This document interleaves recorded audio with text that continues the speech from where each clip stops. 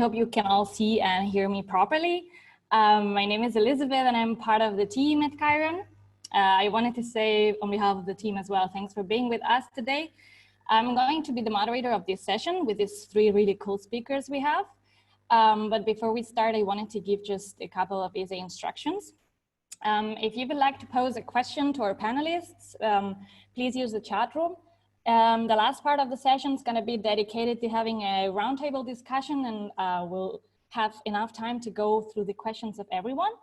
And we also actually envision this session to be very participatory. That's why part of the session will also be focused on having breakout sessions to discuss more specific topics in smaller groups. So this way we want to enable all of you to contribute to the conversation. Also, before we start, a reminder that we are recording this session. So if you wish to protect your privacy, you can also edit your name and choose a nickname. Before we go into presenting our speakers and the topic, we decided that it would be really cool to show a video from Ready School, one of the organizations that is present in this panel. We thought is a great way to dive into the topic. So we're gonna meet Fatima, one of the students at Ready. The video is in German, but it has English subtitles. If you have any issues with hearing or whatever, then please just write in the chat. We have a technical person also helping out in the session, and we'll try to fix it for you. I'm gonna now share my screen and show you the video as a start.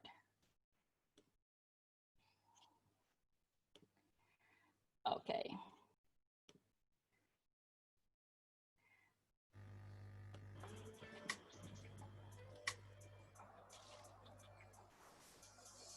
Ich bin Fatima Hussein, ich komme aus Palästina, aber ich bin in Syrien geboren und aufgewachsen. In Syrien habe ich eine Ausbildung gemacht als Kauffrau für Büromanagement. In diesem Bereich habe ich viele Jahre gearbeitet. Mein Sohn spielt Fußball 2 Tage pro Woche und Karate 1 Tag und meine Tochter besucht auch Gymnastikkurs.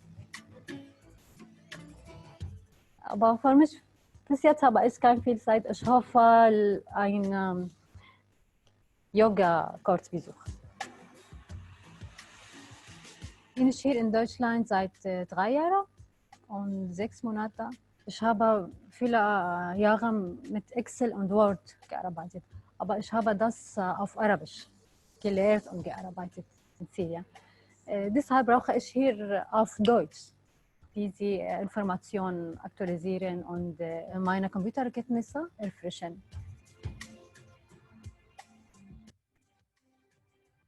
Ich habe bei Ready School ein Basic 1 Women-Programm gemacht.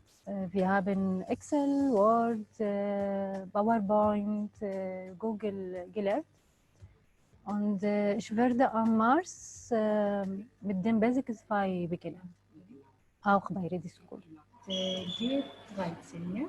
Ich hoffe, wenn ich meine B2-Prüfung mache, nach 1 Monat, ich hoffe auch eine Weiterbildung finden in meinem Bereich und danach eine Arbeit finden. Wir benutzen immer die E-Mail, wenn ich musste mit den Lehrern von meinen Kindern Kontakt machen und die Schule. Ich glaube, alle Leute heute brauchen digital benutzen, weil unsere Zeit ist Zeit für digital. I'm ready to build my future.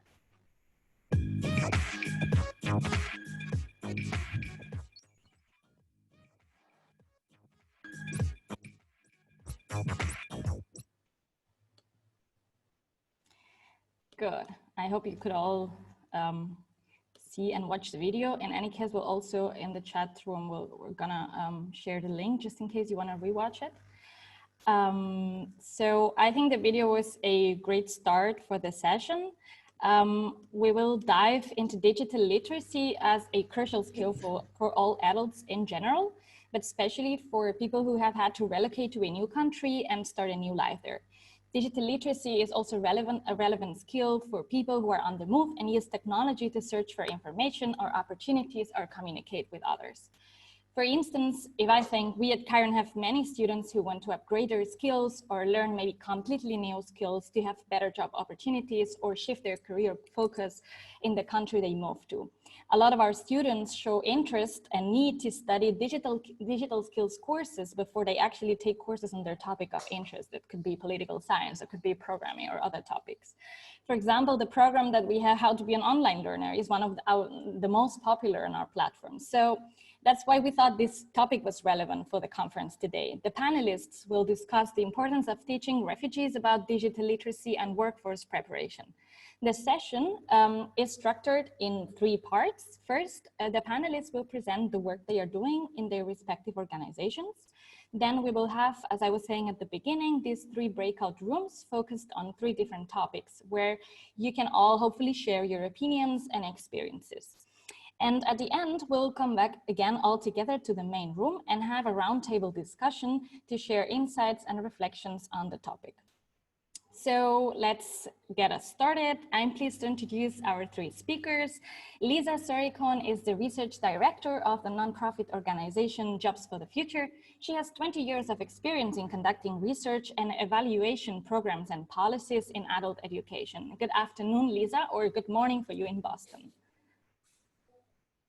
Ryan Khersava is a Ashoka Fellow and founder of Virtualahan, a social enterprise that eliminates employment barriers for persons with disabilities and other groups who experience workplace exclusion.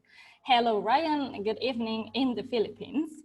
And then we have Zoe Harman Condon, is the co-manager of the Digital Women Program at Ready School, as we were saying in the video.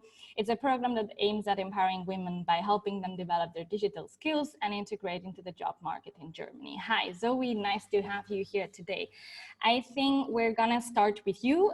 We watched the nice video that you wanted to share with our audience, but please, the floor is yours to talk about your work at Ready School. First of all, thank you for the lovely introduction, Elizabeth, and thank you for Chiron and everyone for taking time on a Saturday to be here. It's really, really great to see everyone logging in from different parts of the world. So yeah, I think the video said a lot, and that's one of our students, Fatima, from our digital literacy program. So as Elizabeth mentioned, Ready School is a nonprofit organization for tech interested locals and newcomers in Germany. So our aim is really to provide our students with valuable digital literacy skills and create a strong network of tech leaders, students and alumni who can help create new opportunities for others as well. And as mentioned, I'm co-manager of the Digital Women Program. It's also great to see some volunteers here. Elizabeth is one of our teachers on the Digital Women Program. And we help, as mentioned, we help women develop their digital skills and integrate into German society and the job market. So today I will be really focused on why there are more women offline than men and what are some of the challenges that women experience in trying to upskill themselves and to develop their digital literacy skills. So really looking forward to the session, and thank you again for having me. Okay, so now we can get to know Ryan. Hi, Ryan. Well, good evening, everybody. My name is Ryan, and we work with people who experience workplace exclusion, and that can come from persons with disabilities to internally displaced individuals, as well as refugee communities. After our training, our scholars go to work in the online outsourcing industry as website developers, as graphic designers, because we believe that technology can be an equalizer and can be a tool for self-reliance and positive change. In our breakout session later, we're going to be talking about understanding accessibility as part of and inclusion as part of digital literacy by diving deeper into the current problems that you are experiencing in terms of access to these digital literacy programs. We're going to talk about technology, and I'm also going to be sharing existing solutions that can help us address those problems. And very excited here with you guys in celebration of the World Refugee Day. Cool, thank you, Ryan. That all sounds really interesting. I'm sure that the audience, we have around 27 participants here, are very excited to learn more about that. Now it's Lisa's turn. Hi, Lisa. Hi, everybody. Very excited to be here. And I'm actually going to share some slides and tell you about some of the work that we're doing in my organization. And hopefully that will come right up. Great. Okay, glad you can see them. So my name is Lisa Sorocon from JFF, a US-based nonprofit, and we've been partnering with the American Institutes for Research on an adult education initiative that allows digital literacy to play an important role. And find the right arrow here. So you might be wondering, what is Jobs for the Future, JFF as we're known these days? We're a US-based nonprofit or an NGO that works to transform adult or education and workforce systems to help promote the economic advancement of youth and adults. Sorry, my hands are sweaty because it's really hot here today, so my arrow's a little bit jumpy. So what I want to talk to you about today is this adult education initiative that we've been involved in. Our organization does a number of things related to digital literacy for adults. In fact, we have recently partnered with Kiran on a Google IT certificate. But I wanted today to share this particular initiative because I think it offers a framework, and we'll soon have materials available that I think are really applicable to adults across the world. Even though they've been developed in the US context, I think what we're trying to achieve for the adults in our programs is really important for adults everywhere. And so this is an initiative that's sponsored by the US Office of Career, Technical, and Adult Education, and it's really aimed at improving the quality and efficacy of adult education and literacy instruction in the US. So this is for both adults who are native born and raised in the US, as well as immigrants and refugees who constitute a large portion of the populations that are served by these programs. So the framework includes 9 skills that are really considered critical for adults these days, and 5 topics that cover all of these domains or important areas of adult life, and 3 instructional approaches that are really aimed to develop these skills and engage learners in very meaningful ways. So our organization and the other organization, AIR, as well as a team of experts, have been involved in developing training materials and providing technical assistance to adult educators we've done 5 states in the pilot, and we're moving toward 20 states going forward. Oops, sorry, I lost my arrow. There we go. So what are these skills that matter? Here's the list for you. It's adaptability and willingness to learn, communication, critical thinking, interpersonal skills, navigating systems, problem solving, processing and analyzing information, respecting difference and diversity, and self-awareness, understanding your own emotions, strengths, and areas for growth. And these are skills that I think when you look at them, you can imagine are really important in a workplace context and very much in a personal context, in life as a community member, a parent, and all of the roles that adults play. So the topic areas, this is where digital literacy is made explicit, include civics education, which I like to think about as community engagement. It's not just learning about US history to become a citizen, it's really how do you become an active citizen in your community. Digital literacy, financial literacy, health literacy, and workforce preparation. And as you can imagine, digital literacy is really woven in all of these areas as we access information, we develop an online presence, and we use digital skills to find information, create information, and become an effective employee or worker in the workplace. Part of this project is the development of a toolkit, which will soon be made available online, and so anyone in the world can access it. And the toolkit includes lesson plans and some case studies related to the different areas, and topical briefs, which are really short pieces that provide the research base for each of the areas. And then there are handouts and different resources that teachers can access and use anywhere.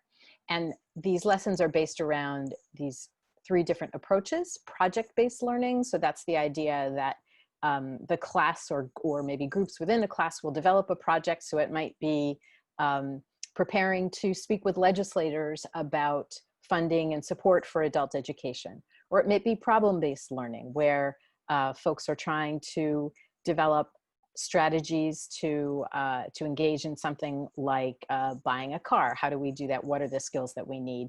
And integrated and contextualized instruction, where we're using skills within a context of, say, trying to develop strategies to address issues in the workplace. So I wanted to unpack digital literacy a bit and explain kind of how we view it within this project. Certainly basic computer skills are really critical, right? If folks don't know how to navigate a computer and use a mouse and get online, they can't go anywhere. So that's really sort of the foundation. But then we also think about network literacy. How can folks use things like social network platforms like Facebook or LinkedIn to actually contribute to information, gain information, develop that online presence, and sort of get beyond their own world to be part of broader communities. The third area would be digital problem solving. How can folks use digital tools to actually solve problems in their daily lives, whether it's getting information, finding out how to buy a car, understanding in this current context of COVID-19, how do we get accurate information to know what's going on, that sort of thing. Information literacy is that ability to find information, evaluate it, what is valid, what should I pay attention to, what should I not pay attention to, and how do I use that information. And then media literacy is how do we make use of the different media that are available online, from print to video to other kinds of tools. So I think it's important that when we think of digital literacy, we get beyond just the clicking and the keyboarding to really think about what are the meaningful ways that we use those skills to help achieve our goals. And just to give you a little bit of a taste of what some of the digital literacy lessons look like within this framework, there's one that's all about social media use. So how do you actually become part of Facebook and use that platform? What are do's and don'ts, and how can a class sort of forms a Facebook group together and then understands how it can be useful. An integrated lesson uses the technical skill of using Google Docs to examine, to locate and examine workplace safety signs and their meaning, which, as you can imagine, across cultural contexts and countries and languages can be really different. So it has a very practical implication, but also provides folks some useful skills in using Google Docs to help prepare materials that explain those. A problem-based example is one where a class engages in a critical examination of the representation of their cultures online. They'll look at images and how their own culture is represented and do a bit of a critique to see what's there, what's valid, and what might be changed.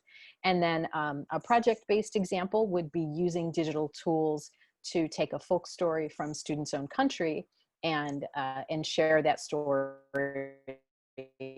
any way that they might like to with their class. So that's just a bit of a taste.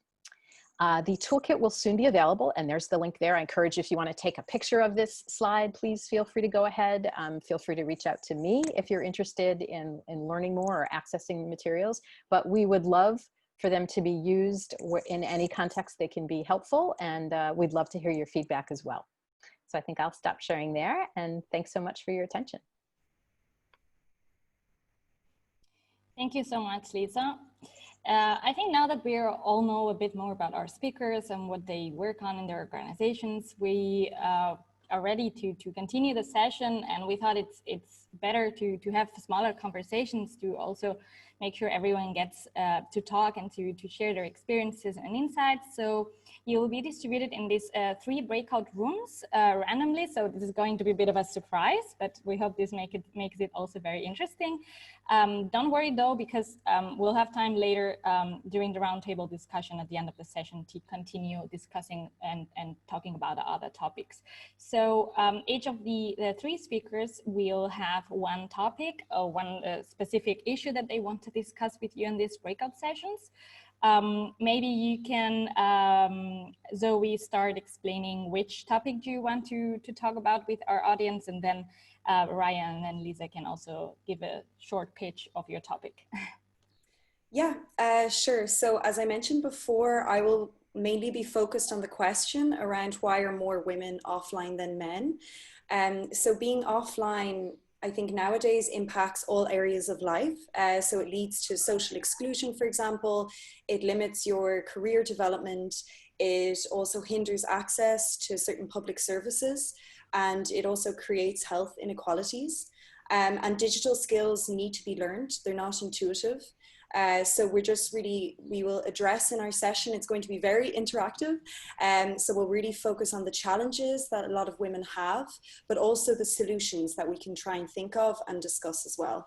So I'm looking forward to really discussing a bit more about how we can support greater digital inclusion and also kind of bridge the digital divide a bit more. So thank you. Cool. Ryan, do you want to talk about, I think you already introduced a bit the topic, but it's good if you can also remind for the people that join a bit later, what are you going to be talking about in your breakout session? Yes, completely. So in our breakout session, we're going to be talking about accessibility, primarily from the context of workplace exclusion or workplace discrimination, diving deeper into technology solutions that are currently available, but as well as talking about well-being and how does it relate to digital literacy and accessibility. Cool. Lisa, do you want to give us a hint of what you're going to talk about? Sure. I feel like we are in a global context that's hard to ignore given the pandemic, and I'm just interested in providing folks an opportunity to share what they're seeing in this context related to digital literacy and online learning in the context of COVID. Very nice, thank you. So I think now we're ready to create these 3 breakout rooms. You will see a pop-up in your screen and you will have to join this breakout session. The breakout rooms are gonna be around 15 minutes and we'll then come back all together to the main room.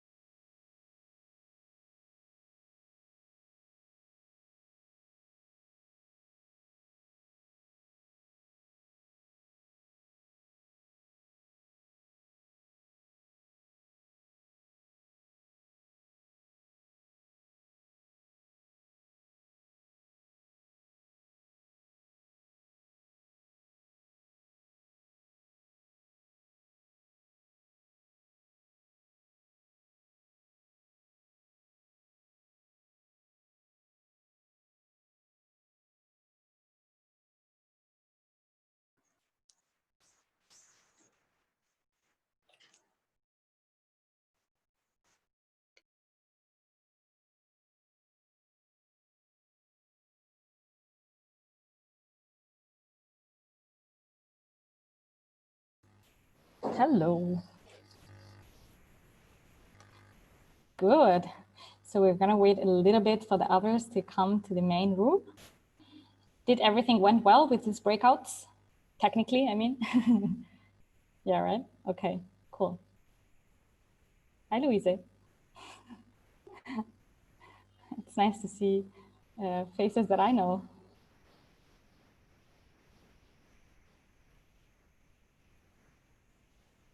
Good, I think we have Lisa's room, Zoe's room, and Ryan's room here. Cool.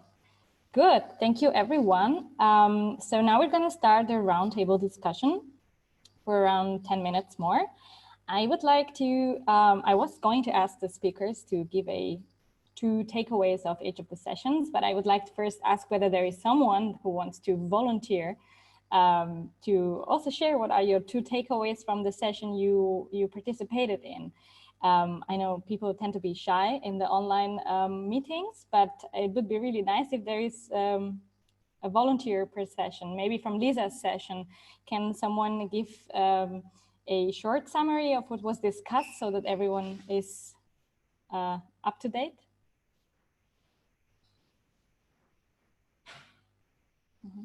Okay. Okay, otherwise, Lisa, you can maybe give us a brief summary of what happened. Sure. We heard a little bit about some some things going on to try to address some of the challenges in the moment, about an organization in France called Simplon, that is trying to provide technical training for employability, and is also helping with the challenge of digital access by providing devices and outlets for folks, so that folks can have more ability to do things in this COVID environment. Also, the organization Libraries Without Borders, that's providing volunteers, connecting volunteers to support refugee children, to help keep them learning and follow up and maintain contact. So I thought those were a couple of exciting things. Folks also mentioned the use of the platform Teams as a great way to stay connected. So maybe I'll stop there and invite if anybody else wants to jump in from the session, or maybe someone that attended the session with Ryan can say what happened with the topic of accessibility. There is maybe one brave volunteer out there that want to talk. It's okay. Otherwise, Ryan, you can go ahead and explain to us what happened. What was Perfect. We did our best with the little time that we actually have. And we talked about, number one, hearing stories from one of our participants that finding a job in Germany is very difficult, because not just dealing with attitudinal barrier, but as well as the other misconceptions that people around towards our refugees. And one of our participants find an alternative by, instead of going to in-person type of classes, our participant joined online courses to still update his skills and still make himself relevant into the job market. And I think this is how digital inclusion and digital literacy actually impact people's lives.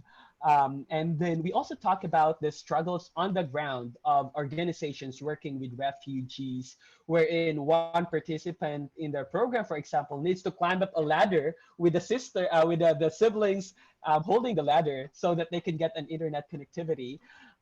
And we talk about existing solutions, wherein there is a box developed by an organization in Lebanon, where you can have local access to the internet, or like the Wi-Fi, without having to have internet connections on the ground.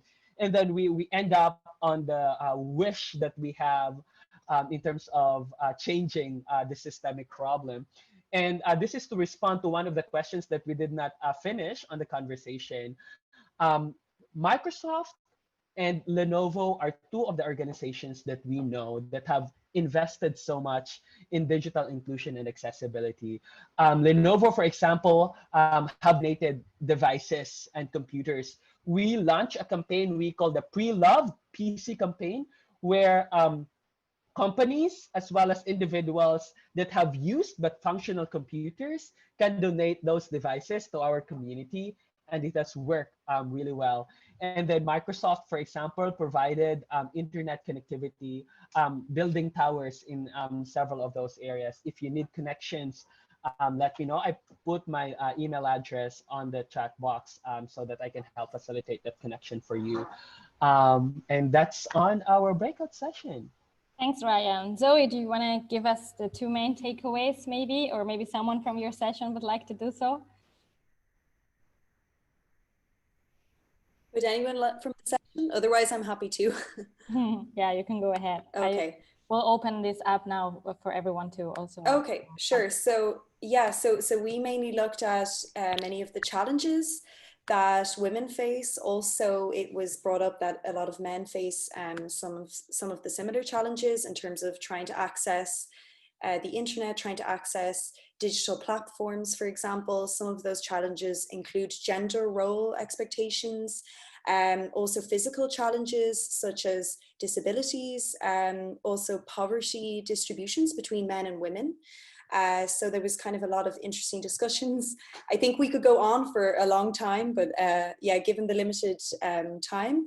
And we also discussed some potential solutions that we can have or that we can create to these challenges. So also thinking about challenging gender roles, also creating accessible digital literacy programs responsive in particular to women's needs, and creating gender inclusive programs, highlighting the benefits of digital skills and accessing the internet to help develop career, to help provide more education to a lot more people. So it was very interactive, and yeah, thanks everyone for taking part. So we're gonna also continue the conversation now. Please raise your questions for the speakers or for other people in the audience using the chat. I know there was already a member of the audience, Kapalakasa, sorry if I'm pronouncing that not correctly, that wanted to make a comment. You're free to do so. I think you should be able to unmute yourself. Hello everybody, my name is Kapalakasa Zelo Shilei, Congolese by nationality, lives in Uganda. Yeah, lives in Uganda. My organization is Glow Invention Limited Uganda. So we support refugees, women and girls in Kanabasel, Wakiso district. We are far from the capital of Kampala, but we train them like skills like catering, art and crafts, computer. But right now, the life is very, very hard. You know, even me, I'm a refugee. I feel bad when the refugees come to me to look helps. You get? Eh? So right now, the thing I need to know any support because we try the best to help them to train them, to give them skills. They have skills. So right now they lost their jobs. The life is very hard.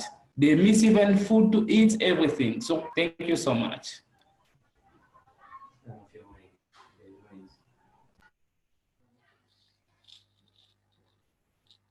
Lisa, maybe you want to give a comment that's I think also related to what you've been discussing in the panel in the breakout discussion.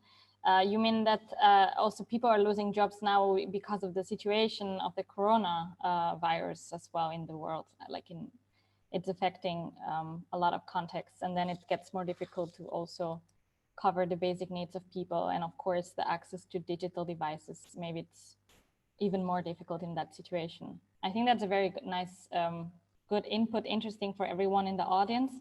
I'm gonna be having a look at the chat for your questions, but you can also do, just unmute yourselves. I'll try to make sure that we don't talk all of us at the same time. To maybe give some input to the testimonial that Kapalakasa just shared. Jay just said elderly and the mentally ill, including patients with dementia, memory loss issues, have problems in accessing technology and using online tools. Yeah, that's very true. And maybe some people here in the audience can also share some resources or some ideas from the experiences you have about that.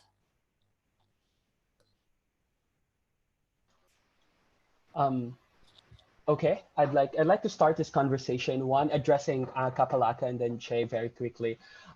If you have to choose between getting digital literacy or putting food in the table, that's a very difficult choice. The most effective solution that we found so far is creating a direct job type of training. For example, managing an Amazon store is a job that you can learn within a week, but a job that you can actually get a competitive salary with. Now, for many, a lot of them are not even familiar with like Amazon, for example. But this is one gateway that like within 1 week, we can train you to just click products and then like upload them in Amazon, for example. So direct type of employment in terms of tech folk. And we work with a good population of elderly community as well to address with Jay. And I think the solution that we find effective on the ground is having support group.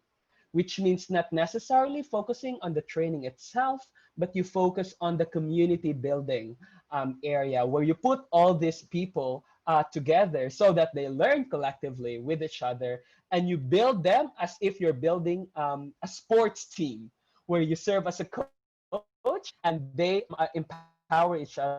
And one of our scholars, she's 75 years old. After completing our program, she developed her own website and started a consulting company for people to help them process like their journey towards their death, for example, because they've acknowledged and accepted that there are at some point needs to actually deal with that situation. So they deal it while their mind can actually still process those information.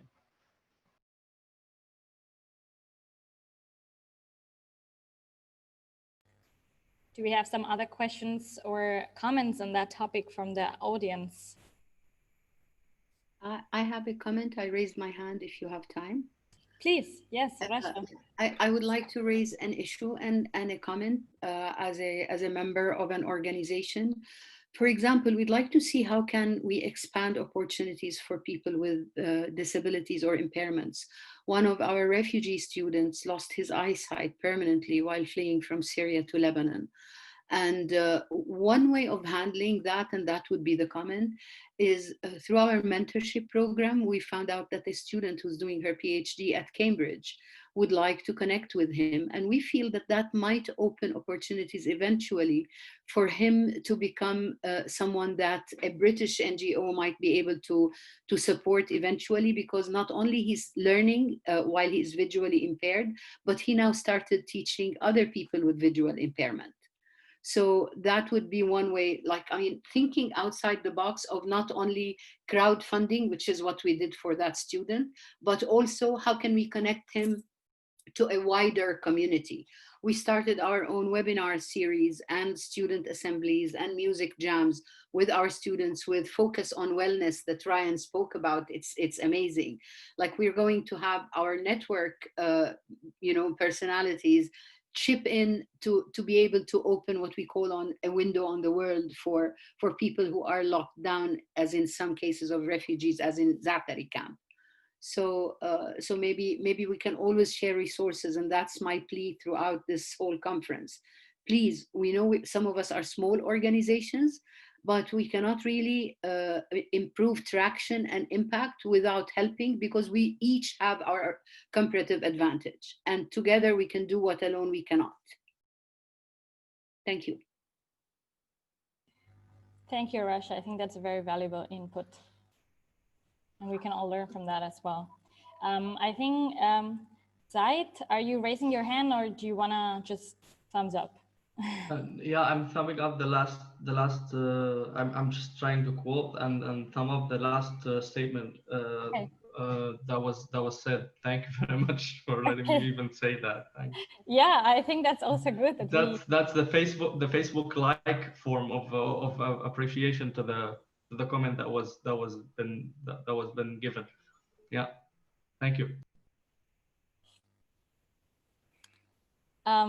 Yeah, actually, since we are running out of time, but I still wanted to also ask Zoe if you want to also share your thoughts about what's being also commented during the discussion, because I know that at Ready, you also serve women in different age groups that have different family realities and also different expectations on what they can get from the digital literacy courses. So maybe you can give us comment on that. I think that would be interesting for the audience. Yeah, sure. So first of all, thanks everyone for the comments so far.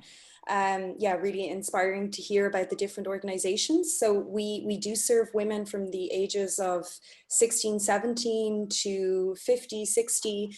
Many of them have different levels of digital literacy. So some of them maybe have come to Germany from countries such as Eritrea in North Africa, or Syria or Afghanistan, and perhaps they've never had the opportunity or the access to be able to upskill themselves. So to be able to use a laptop for the first time, to be able to use a mouse to navigate a screen. And I think it's something that we take for granted, but it's like reading or writing. It's something that you really need to keep learning and to keep developing. And something that we have found very beneficial to our organization is collaborating between the public and private sector. So for example, during the COVID-19 period, we had many of our students who live in refugee camps, which don't have internet. We collaborated with the Vodafone Foundation, who kindly donated surf sticks.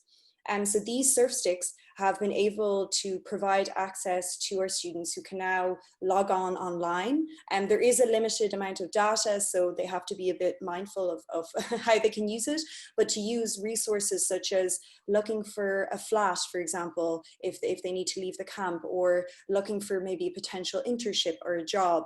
These are necessities that they should have equal access to, and that provided us with being able to yes, give that service to those students. So I think really focusing on public-private partnerships is something that is very, very important. And then also just bringing about awareness to disadvantaged offline populations on the value of the internet. I think there's a very high percentage, particularly women, who maybe perceive the internet, they have a lack of interest, for example, but that's more just they're not aware of the benefits that it can bring. And the benefits of these digital skills can also help them develop in terms of their career or in their family life, helping their kids with homework, for example. And we've seen in the past few months that the COVID-19 crisis has really accelerated a lot of our services to be online. So this has also highlighted kind of the need for these services as well. Okay. I think we run out of time now. It would be really interesting to spend the whole evening, I think, of talking about these issues, because it's very, very insightful what you've been sharing. Just to wrap up a bit, I think what we've been discussing in the breakout rooms and now in this short discussion, we had some more global approaches about working more on digital literacy in general, but also prioritizing internet connectivity and access to devices. And we were talking also about challenging gender dynamics in general. But what I found very interesting was the small approach that you also shared with us about this mentorship program that you were just, Rasha, commenting on to connect people, and that opens up opportunities, or what Ryan was saying about having support groups and how this improves the learning experience. We're also experiencing that at Chiron, how learning collectively works much better. So I would wrap it up now and just say thank you, Lisa, Ryan, and Zoe, for being here with us. Thank you, the audience, for being engaged with us and for being active. And also to Luis, my colleague, who was taking care of the technical things in the background. Please share your thoughts. The conversation doesn't stop here on social media using the hashtag Amplify now. And there is a next session starting right now that is called Education in Crisis and Innovative Pathways. I'm going to be sharing the link here on the chat in case you still want to register and attend. It's going to be also a participatory format, so I hope you all find it interesting as well. Thank you very much, and we'll hope to see you next time and in the other sessions. Thank you. Bye. Thank you. Bye-bye. Thank you. Dankeschön. Thank you. Thank you, everybody. Bye. Bye. Thank you. Thank you. Thank you.